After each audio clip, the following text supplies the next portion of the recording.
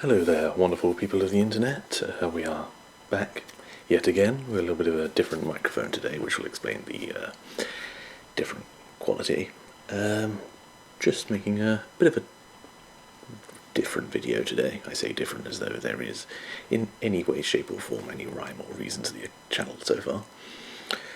The original idea of today was going to be making a video about DID and dating and relationships and the like. However, I feel that is a topic that needs a bit of thought behind it, and what topics I should cover. So if anybody has any suggestions, I'll happily answer them and take them. And if anybody has any video suggestions, I will make a note of that and put it into the log for something to do, as the world is still currently falling firmly apart. However, today we have something a little bit different, which is Tumblr Asks. I'm sure everybody who has been on Tumblr has seen things of this nature, which are essentially answer a bullet point or an emoji, and it corresponds with a question. And we have a backlog of some of those, which I thought might as well, for something to do, answer a few of those. So I have 21 questions here pulled up on Tumblr from DID Awareness Day. Not a clue what day that was, but that is neither here nor there. So, I'm going to answer all of these, try to make a point. There may be ambient noise from the window as it is boiling in here, and I need some airflow. So, let's begin. Oh, goodness me, what have I done? Let's begin, he says, and immediately everything's going to go wrong. So, what is one thing you wish everyone understood about DID? That is a bit of a difficult one, because how do you choose one thing? I think the thing I wish everybody knew and understood was capabilities. So, how I mean by capabilities, what each alter is capable of doing whilst fronting. So with non-verbals, obviously, they're going to have a harder time, and littles, of course, of functioning in the workplace. We're quite lucky in that our workplace is quite understanding that we aren't going to be as capable as others in some aspects, obviously with the dissociation, but also if, say, one of us comes out who has a vastly different accent, we're going to be a bit noticeable. And that's going to affect our work impact. And they say if we're feeling like the switch is going to come on, we're more than welcome to stand back, sit back, to take the moment we need. And hopefully everything will be fine. Obviously not every workplace is unfortunately going to be like that. And we got quite lucky with where we work. However,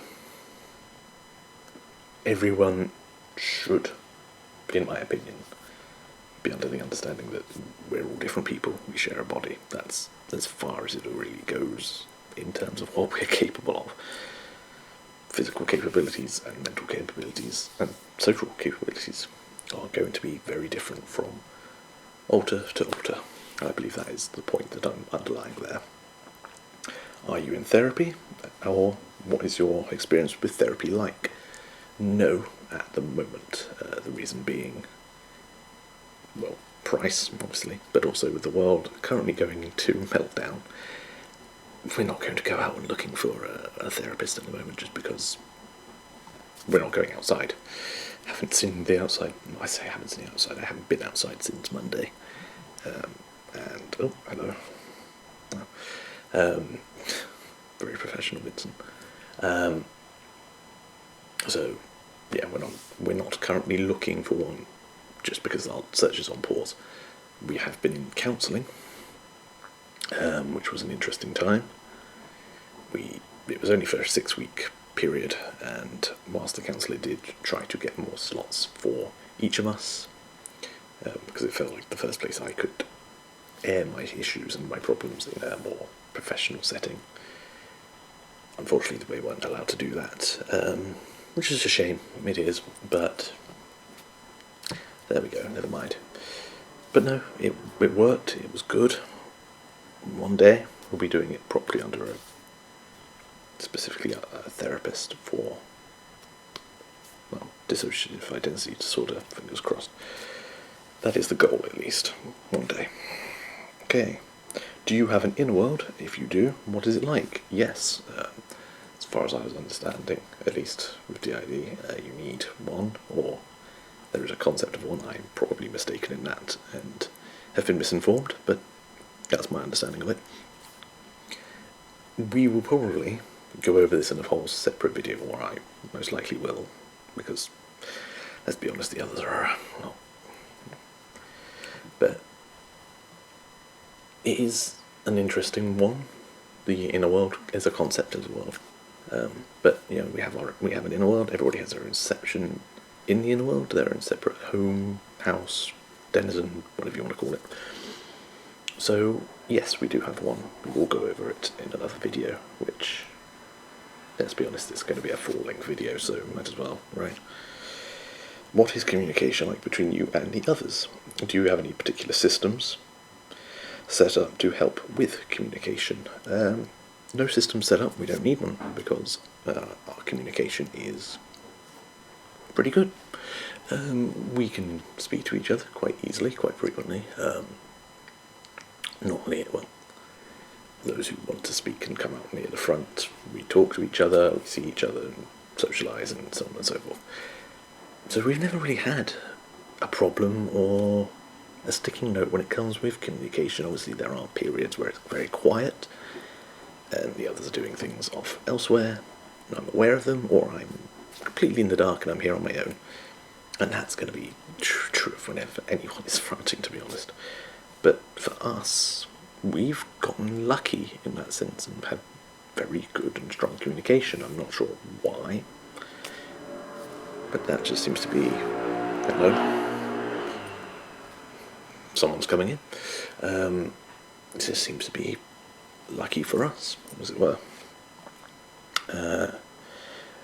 Okay, has any conventional advice for DID ever not worked for you? In commas, brackets, sorry. Journaling not helpful, can't visualise it in the world, etc., etc.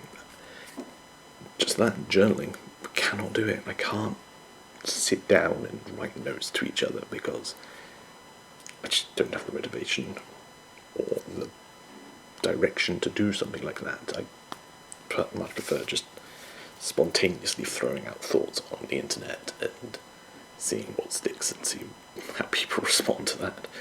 But it just doesn't work for us.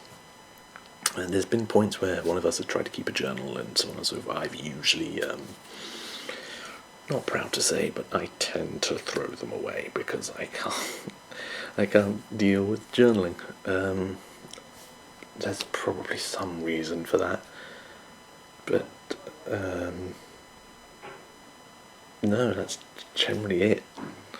Just can't do journals ever. What does safety mean for you? Oh, what does safety mean for you? I guess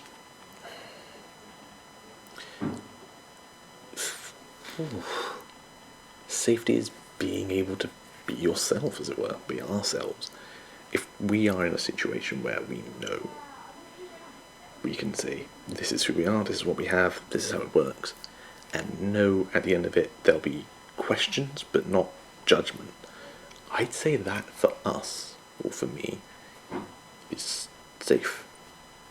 Being able to not have to be covert and pretend that I don't exist or exist under a different moniker. That is, in essence, what we should always be able to be like. We've lived like that. It's good. We've lived where it's in the opposite, of course, where we couldn't tell anybody. But that is generally, the long and short of it, feeling comfortable and feeling safe are sort of the same sort of thing, in my opinion. Do you have any intradects? No, in fact. That and fictives, I suppose they're similar things, really, aren't they? It's not a thing for us. I'm sure there's probably a reason. Fantasy characters and fantasy in other individuals? Nope. I'm not really sure how else to answer that. The answer is just no. Do you have any non-human alters? Yes, probably. Myself, who knows? I get called the vampire a lot. And I'm not complaining about that at all. I mean, I've recently had a series of blood transfusions at hospital, so technically I am these days a vampire. Or a parasite. Depending on your perspective, I suppose. We also have, bringing it back, swiftly back on topic, Caliban, who is almost certainly non-human / a demon, which, let me preface by saying that isn't a bad thing or something that should be judged or have a pre-allocated notion of what that means. It's just a fine way of how he presents and acts and physically is. He is not human, which, yeah, it's a thing. It's not demonkin and all that Therian and stuff like that. No, it's the non-human alters are just that. They're alters, but they're not something that identifies themselves or is identifiable as a human. There's not really much more to go into it. It's there on the package, really. I'm sure somebody who has more subject knowledge will probably be able to give a much better explanation than whatever I can put out. Is there anything that makes you feel like your experience with DID is different than what you see other people with DID talk about? Well, obviously, yes and no, because every system's different. Certainly when we used to be just two of us, it was different from when we were now at our present count of 8. Every system is different, so every time you look at another system, you should never go, why am I not like this? Or why are they like this and I doing blah blah blah. For the simple reason of you're not going to be the same. You went through something completely different. Your brain is hardwired differently, and you are different people. You have an underlying condition that wraps you into the same grouping. But you're not them, they're not you, so you shouldn't pin your expectations of what your experience with your condition is going to be like. Which is why there isn't the golden standard. There never will be. There never can be. The simple nature of this disorder is it's different from everybody because it's how the brain has coped with trauma in a child. Extreme trauma. There is no way to deal with that. You can't press a little green button that says good and expect everything to be kind, because the brain doesn't process things exactly the same way, because different stimulus is different environments, different brain chemistry. So no, in a way, is the answer to the question. Because there is no golden standard, there is no baseline rule. It's not like if you've broken a leg and you can just expect follow this step-by-step point and everything will be fine. Things will never be fine, because this is a lifelong condition caused by something that happened in childhood. But it's also something that will never be the same as anybody else's, because that is how the brain works. And that's not a bad thing, honestly. It just means that we're not going to be the same. And diversity and differences in people are generally a good thing. Oh dear. Who is most likely to get into a fight?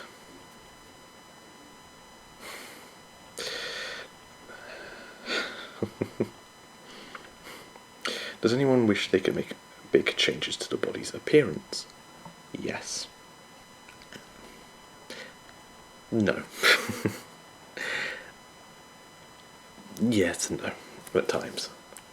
I do. Because of course I do. For what you've seen pictures of me, I'm a vain self. self-obsessed, some would say, devil, and this body is never going to look the way that I want. It just won't. I can get it close. I mean, I could cut all this off and shave all this off, but at the moment this is visual interest, and this has been growing out for 3 years, and it'll be interesting to see where it goes. So it's something at least. But if I could look completely differently, would I? Yes, if I could, but I can't. So I make do with whatever the body's got going on at the moment, and I'll just suck it up, honestly. Choose some alters and describe each in 5 words or less. I think we've already done that in the Meet the Alters video, so if we ever do another one of those, there we go, there's another video idea. What does dissociation feel like for you? I hope everybody else can hear that plane coming down, because that sounds terrifying. So, obviously it's never going to feel the same each time, because it just doesn't. But generally it is sort of like the body is there and I drift further into and just behind and out of perspective. It's very floaty, pulling away from the body, pulling away from myself, and numb feeling. You certainly know when it's happening, just because.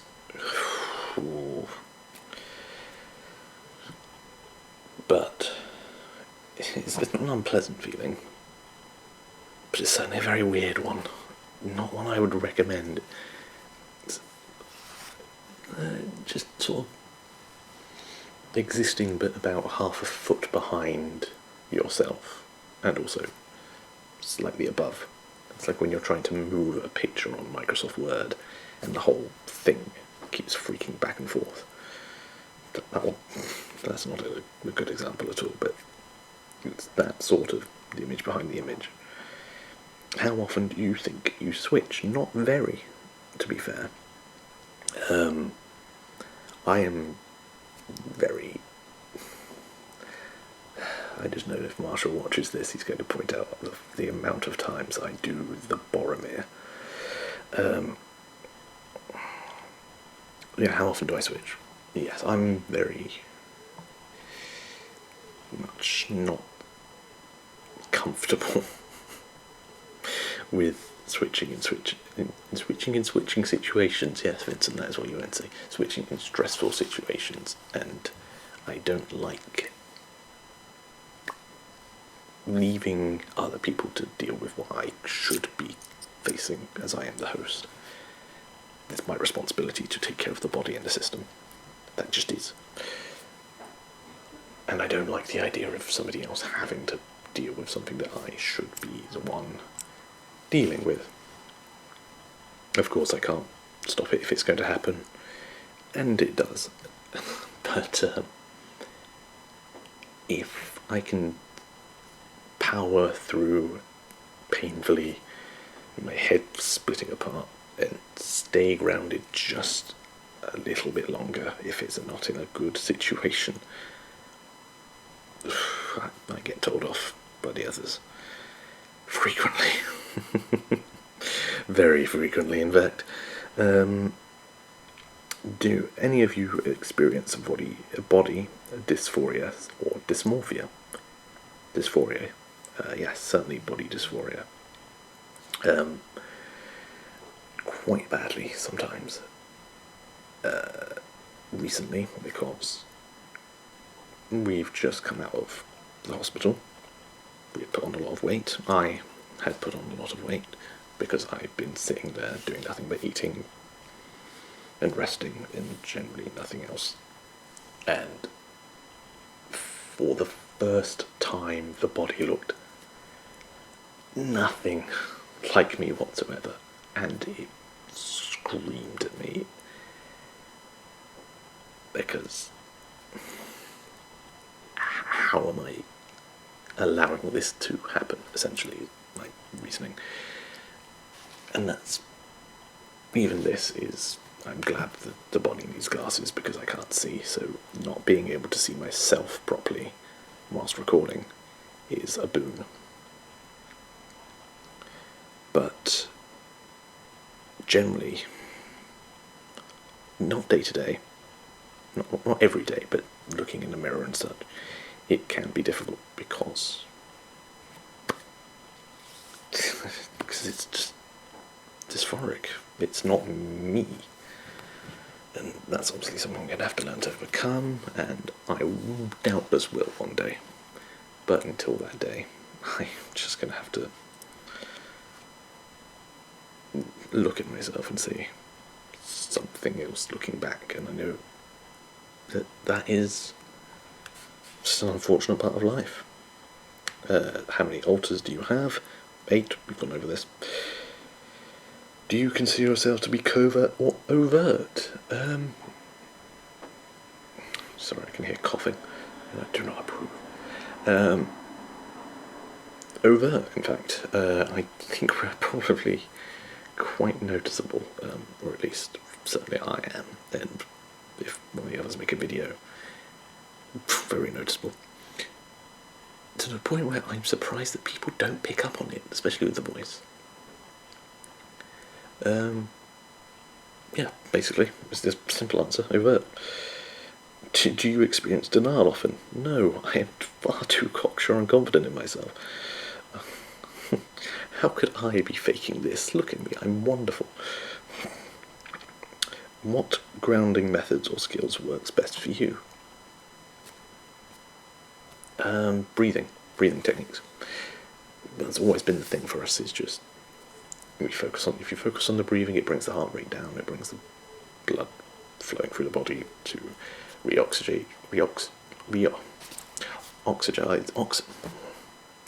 brings in more oxygen and helps nourish the brain, brings it all back down into a more calm and collected method, I suppose. Like, I've been able to watch my BPM heartbeats go down from just taking a moment, take a deep breath, or 20, and just slow everything down. Works for me, might work for you. Who knows? And one final question. What does recovery... I'm really not sure why they just keep putting things in quotations, parentheses. Somebody will probably correct me. So what does recovery mean for you? It doesn't. Because to recover from something, you need something to recover, a prior state. In the past, we've injured our legs badly, to the point where we had to switch career choice and everything. Well,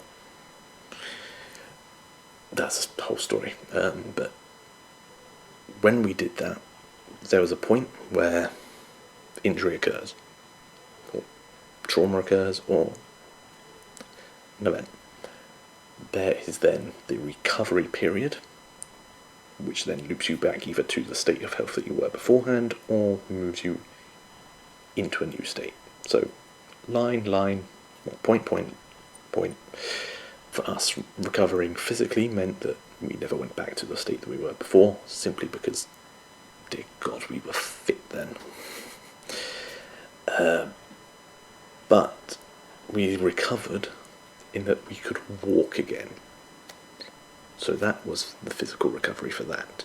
Mentally, there isn't a recovery process, because there isn't a prior state to go back to.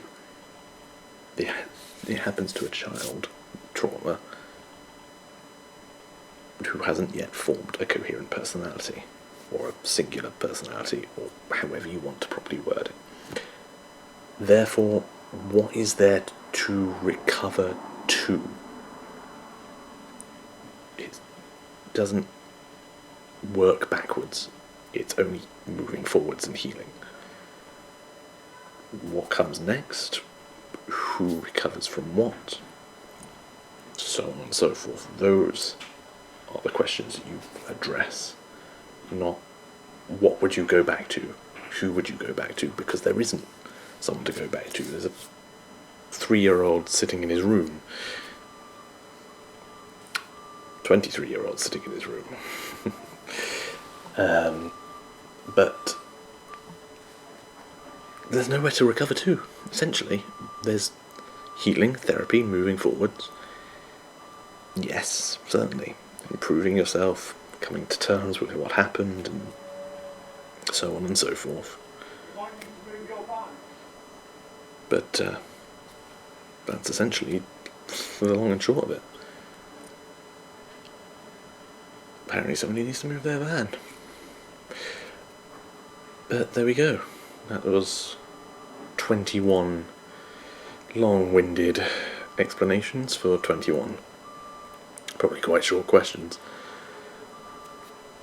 Who knows what we'll do next? Probably maybe another one of these. Or if anybody has any suggestions, we will answer those and put those out there. Oh, excuse me. And at some point, as I say, a relationships and dating with DID, we need to do a video on that. I just need to write up what is going on out there. Oh goodness. So yeah, that is the plan for the future. Do a video on that. If anybody has any other suggestions, I'll happily hear them. Until then, we have been the Triumvirate System, and I do hope somebody actually enjoys listening to me ramble for 20 minutes or so.